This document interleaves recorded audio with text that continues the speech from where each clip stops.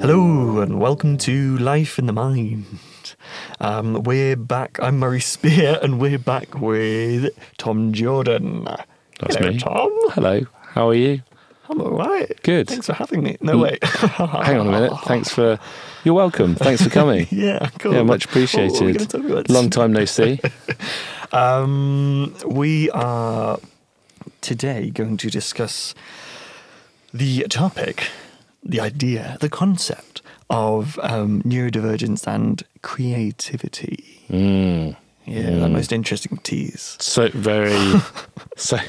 many T's. For some reason I think in my head that neurodivergent ends with the same, but it doesn't. Neurodiversity. Neurodiversity. Is that what it is? Yeah, probably. Yeah. I don't know. In a different type of tea. Yeah. Spilling the tea. Steep that one for longer. You do? Yeah. Not too long though. You don't want the a bit sour. what is it, like the umami oxidants or something to like over. Yeah. Random wines. Don't want overbreed tea. No. Overbreed. Yeasty tea. No. Anyway, cool. We'll back up on that one. Talk about creativity. Creativity. And yeah, so for you, do you reckon that your neurodivergence affects how you are creative? How am I creative? Do I feel like my neurodivergence affects my creativity? Yes, that's a better way of asking the question. Thanks, host. Yes, I do. That's good. Yes, good. Yeah. Thanks for having me. This has been great. Cool. We have answered the question. I do. Yeah, massively. Massively. Yeah. It's weirdly a thing that sometimes I wrestle with a bit as well, because it feels almost immediately we're like half a minute in and I'm going to mention imposter syndrome. The most ridiculous version of it is, despite the fact that I am not actually separate to my neurodivergence. I think sometimes when I think about that list of that sort of symptoms list that first led me to go, hang on a minute, that feels very familiar. Somehow it almost feels, I don't know, like, well, no, we'll dive straight in there. It feels almost like there's like, maybe ADHD is like this weird, like, gribbly thing on the symbiotic parasite type thing that like somehow it isn't part of me, and actually I'm not. And then what that, not literally obviously, but what that does is leaves me sometimes feeling like my creativity isn't my own, if that makes sense. Yeah. It's like it's sort of like it's like being done for me by the extraplanar entity that possesses my brain. It's with like tentacles in many boxes. It's not. You don't have fingers in many pies. It has tentacles in many pies. This extraplanar thing, the symbiotic ADHD quibble. Yeah. Yeah, it's a weird. Like I am. Oh, this feels horribly arrogant to say. I'm very creative. Like I'm very creative. Have always been very creative. If I was to feel like any part of what I have is related to any superpower, it is the creativity. It's one of the most important things to me out of who I am, to the extent where huge chunks of my professional job, that was poorly phrased, life, are branded as a creative. Like I've literally been listed and paid as a creative for jobs that I've done, which is an interesting conceptual kind of title, but that's sort of how important the creative side is. So then it is strange sometimes when it almost feels like I'm not really creative because it's my ADHD, but that isn't true really. It's just it's the brain's way of going, oh hey, like you're good at something, let me see if I can find a way of like making you feel like you're not. Like let me see if I can just take that off for you. You look weighed down by the confidence that comes with really good at something. Any sort of pride in anything, because that would be a sin. You don't worry, pal. I'll carry that for you. You pass that over here. But obviously that's not really the truth. I mean, we are, it's not really a set. We're just totally. Yeah, not even entwined with it. It's just a part of who you are. It's just you are convenient to place into a box for people that it's inconvenient for. I suppose that's me being jaded again. But absolutely. Like my creativity, I don't think in a standard way. The way my brain, that sort of, you know, I think a lot of people with ADHD in particular experience that, you know, jumping somewhere else, and it feels like you've jumped somewhere else in a conversation, and like you're changing the subject, but actually you've gone, you've taken a longer route round through various different connections at a high speed, and actually it's totally connected. It's just that the logic of it has gone a slightly different route. I mean, and that feeds into, you know, I suppose I'm able to make lots of different kind of connections, look at things from different angles, take things in different ways. And some of it is different ideas and stuff. Things, different angle. Go, oh, actually, what if we do it in this way? Some of it is also, and I've learned this the hard way, some of it is also wrapped up in my impulsivity. Yeah. The immediate impulsive instinct to go, oh, we should do this thing. Oh, I know this will be mad, but we should do this thing. Yeah. Which I have to say, and I sort of don't want to comment too deeply on this because I don't want to influence people. You know, one of the main reasons I wanted to be diagnosed is I wanted to try medication. Yeah.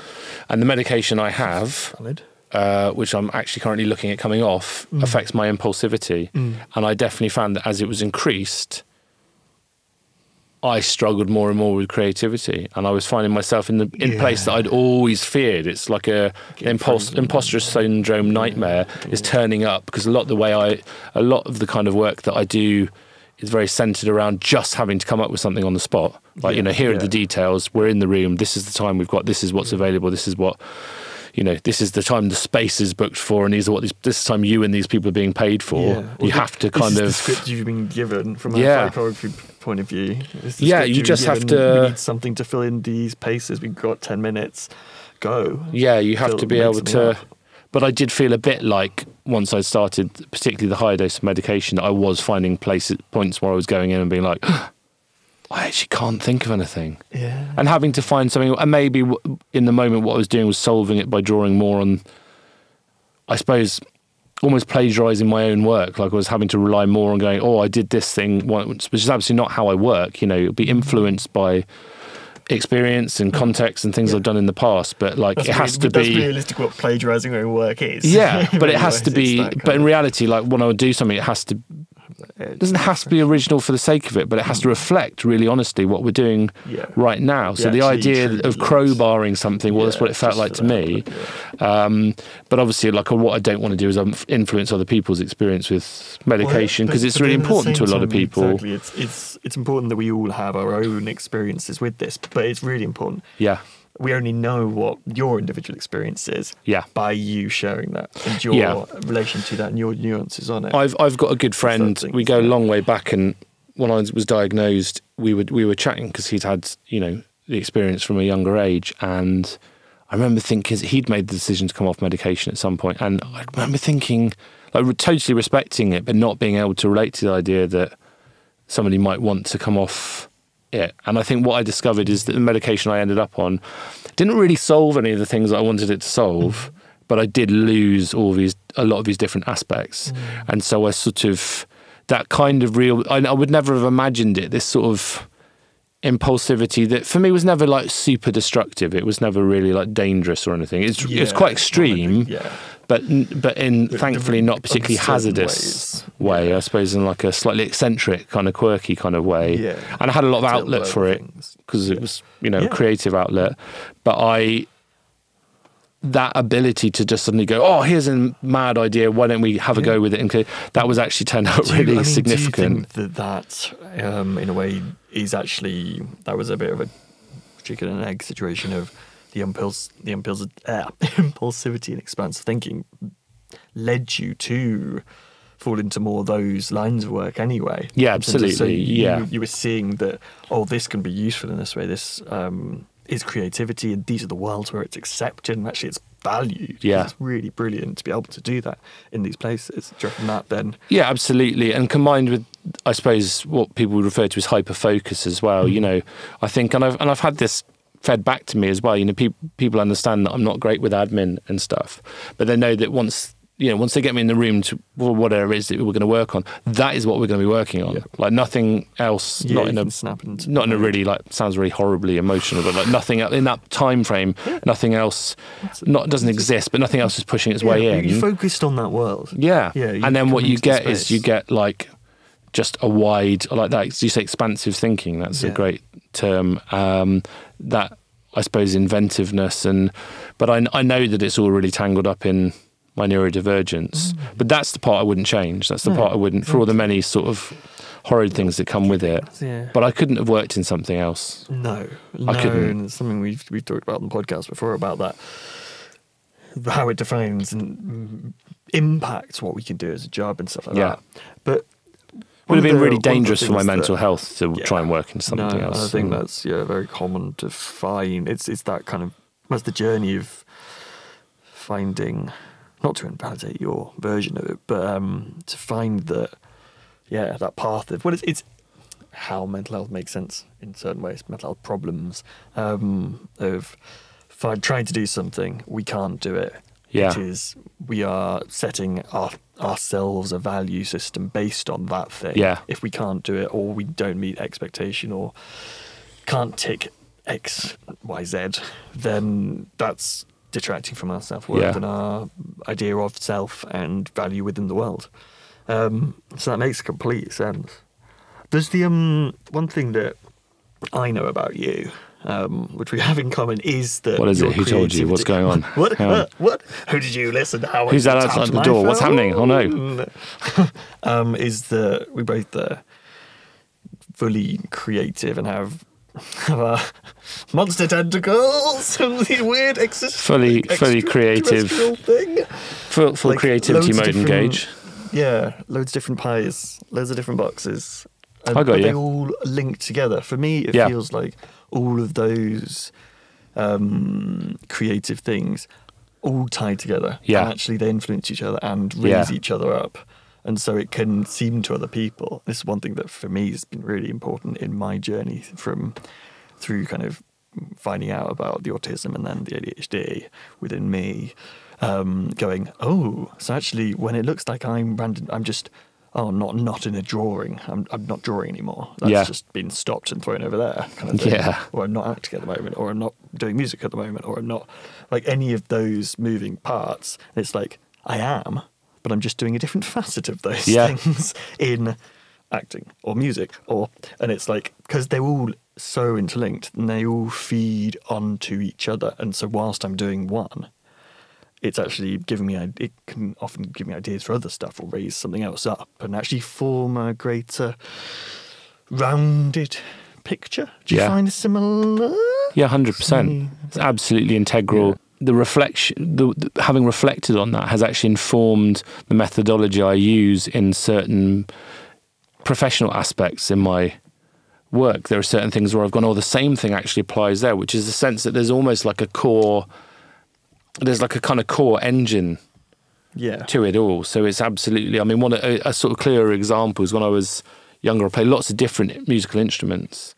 And I think the impression that had sort of placed on me was actually I should follow one in particular and just kind of keep going with that. And that was the way I needed to work to get better at it. Now, I understand to some extent that there is a process whereby, repetition and focus on something can help develop that ability. That was never going to work for me. No. I found that even repetitive exercises, kind of, when I played the guitar, for example, but repetitive exercise I found really physically uncomfortable. Because you were forcing yourself into it was a really, goodness me, it makes me tense up even thinking about it.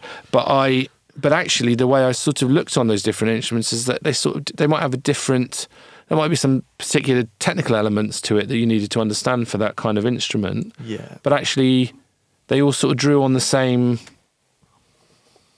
kind of same pot, if that makes sense. Yeah. So actually they weren't all different. They were all kind of coming from the same kind of core element. And that's how things work for me in all the creative stuff I do. They all inform each other. They all pull from the same kind of, if you spend some time drawing, there's some really clear practical ways in that way that might inform like the kind of imagery of putting stuff on film or putting stuff on set or painting, because you're dealing with composition and you're dealing with kind of, but it actually just that broadening and that opening and that creativity and that informs everything. Like no element of it is really isolated. I think people tend to go, that's that thing over there, that's that thing over there, that's that thing over there. But I think if your brain works in the way that it does for a lot of neurodivergent people, they're not they're not really all disconnected. It's almost like looking at a city and going, well, that's that building over there and that building over there and that building over there, but not kind of recognising all the roads that actually connect to all of it. And all together they are a city. They're all part of a city. They're all different facets of that, and they all support each other, and they draw on different resources and stuff. And what I'm conscious of is that I sort of almost can't articulate it, if that makes sense. Like I sort of feel it. It's a feeling. It's an instinctive thing, because, I mean, one of the things that I kind of have to keep reminding myself about being neurodivergent is like, people go, oh, but what, like, especially if I'm trying to think, what would being neurotypical be like? And I'm like, I can't really have a concept of that because I never know otherwise, because my brain was wired in this way to start with. And so everything that I do has been formed in that paradigm. Yeah. And everything has been informed by it, and my personality has grown out of it. And so that there's so many things where I just do them. They are how I think. They are how I am. They are that feeling of stuff. Yeah, is just that is how I. And there's, I think also, we can too often fall into a space of, if we can't put words to it, it has less value. Yeah. Whereas actually, I would say the opposite in many ways. That if you, especially if you've explored a concept and have tried to put words to it, and you've really, you've explored the nuances and different angles on it, and then you actually reach the kind of impasse of just like, it's something other than that. Yeah. I think that's really powerful and a really like good thing to have noticed, is like these extra things where, words run out at some point. It's why we have all these different other different forms of communication, like body language, or just whatever empathy is, or how you can tell someone's looking at you. Kind of like all of these extra little things, where and pheromones and stuff like that, where those aren't words. Words aren't being used. And, I mean, sign language also, there's so many things where words are different. I think, and this is really interesting talking to you about this, because it's sort of processing in my brain as we discuss it. I think part of where that imposter syndrome around creativity and stuff comes from for me is because so much of it is instinct driven. So much of it is, so much for me is not driven. Yes, it's influenced by the learning I've done over a long period of time, by the experience I've gained over the process of not even just my career as an adult, but my time, life experience.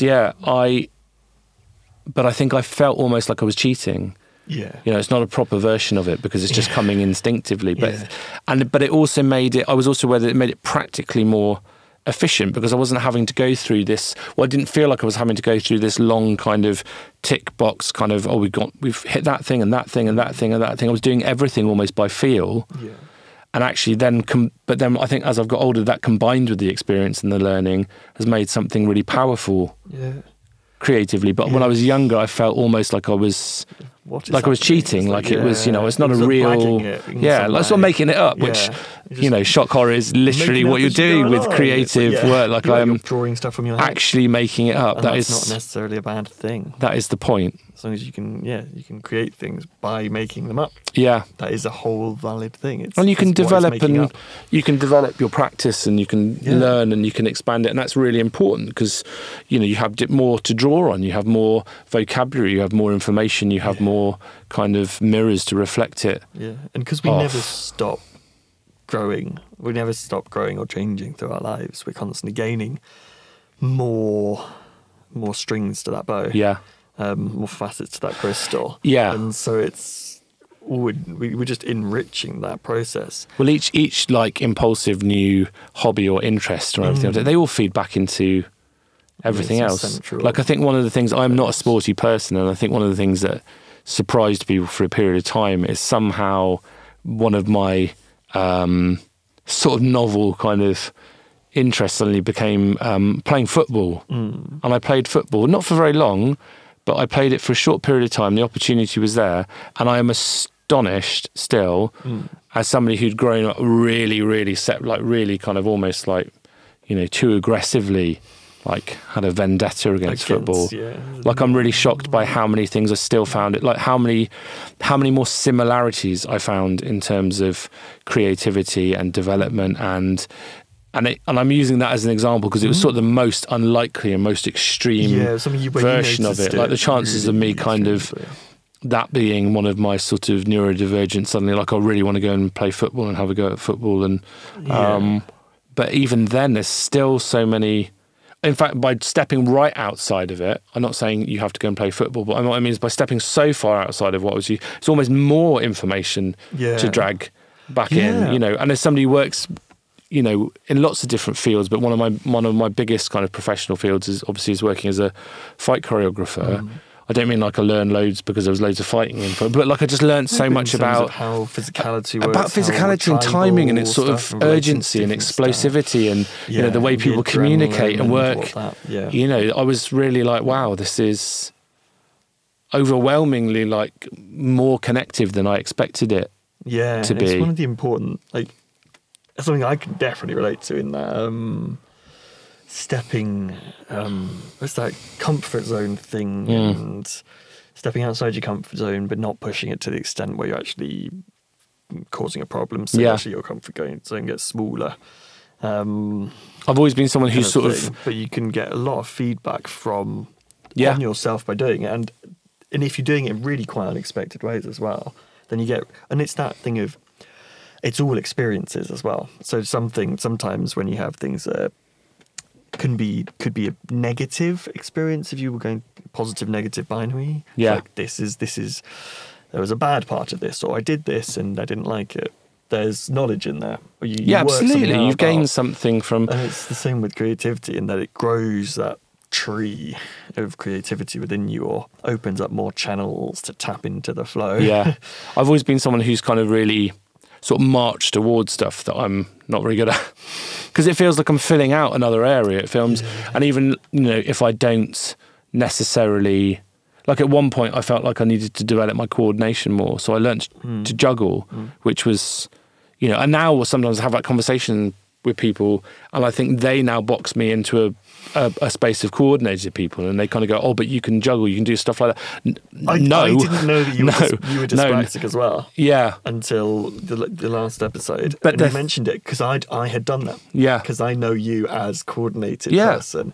And so I was still like even one of my biggest issues playing football was like essentially ducking if the ball was coming in too high, because like I was definitely a kid getting like, you know, the ball hitting me in the face in the playground while I was just walking across, like looking for my, notice it being there, you know, or trying to head it and it hits you in looking the face for a quiet space to, like, you know, play with magic cards or mini boglins or whatever the age was that I was, because of, you know, obsessively collecting things, you know, not quite being aware of things moving. It's like, oh, I've just walked across a football pitch. I was somebody who, again, like with those, I think we talked about it in the previous episode about being put into particular boxes and it doing for us. I was someone who couldn't catch. You know, couldn't catch.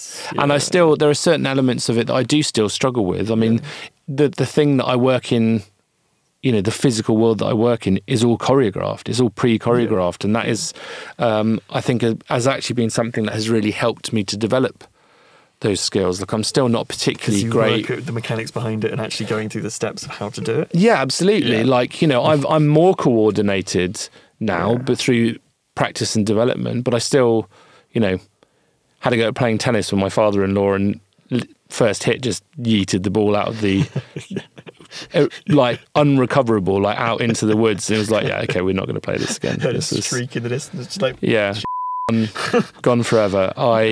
You know, it's still there, but I think, you know, sometimes we sort of shy away from going for stuff that we're not very good at. But I find that even if you don't necessarily, and this sort of is a difficult instinct when you're neurodivergent as well, even if you don't immediately succeed with it, just the experience of developing it. I mean, and in terms of creativity, like that has expanded loads of, not everything that I've learned in terms of that creative world or outside of that world has necessarily been something like the juggling. Like, I'm not a particularly proficient juggler. I was learning to juggle at the same time as a friend of mine who is really well coordinated and learnt to juggle in about, I don't know, a tenth of the time that I did. It took a really serious amount of intensive work. And at my peak, I was still not very good.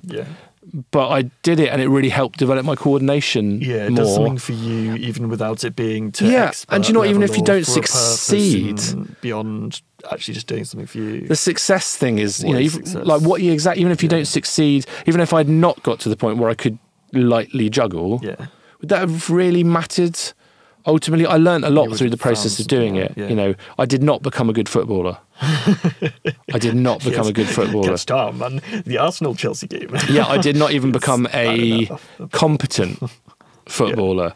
But I still learned loads of stuff about it, and it was fun. Once I took the pressure off, I learned some stuff, and you took other things from it as well. Yeah, that's the thing, isn't it? We can all, by doing these things, we find things that we connect to in them.